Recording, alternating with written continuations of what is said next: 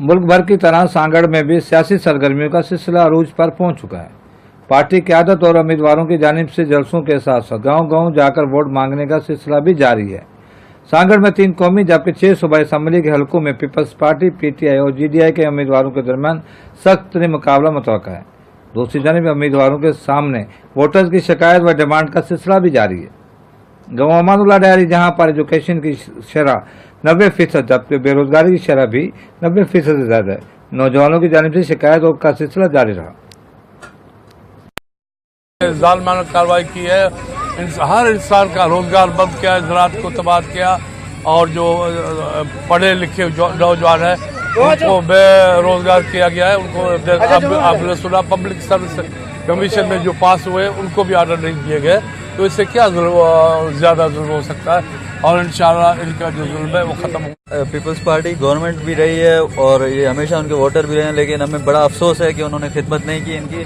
अभी इन्होंने हमें मौका दिया है, हमारे साथ है, इंशाल्लाह हम इनकी खिदमत करेंगे और इनको अकेला चाहें तो हो सकता है, सब कुछ हो सकता है। मगर वो ये जो अपने ये एक तो नौकरियां बेचते हैं और जो है जो अपने अपने उनको देते हैं नौकरियां, और जो गरीब बेचारे बैठे हैं, ग्रेजुएट बैठे हैं, उनको ये पानी नहीं है, यहाँ तो पीने का पानी का मसला है, ये पानी भी नहीं है। हम लोग नौजवान बैठे हैं, ऐसे बस पढ़े लिखे हैं, ऐसे घूम रहे हैं मजदूरी। लोगों इधर पता है क्या लीगल वे में जस्टिस किया गया, कैसे किया गया?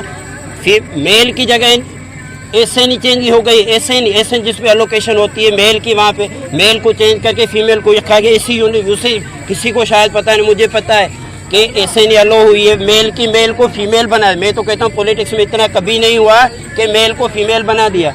अलोकेशन थी मेल की, वहाँ पे फीमेल को काट के मेल को काट के फीमेल रखी गई।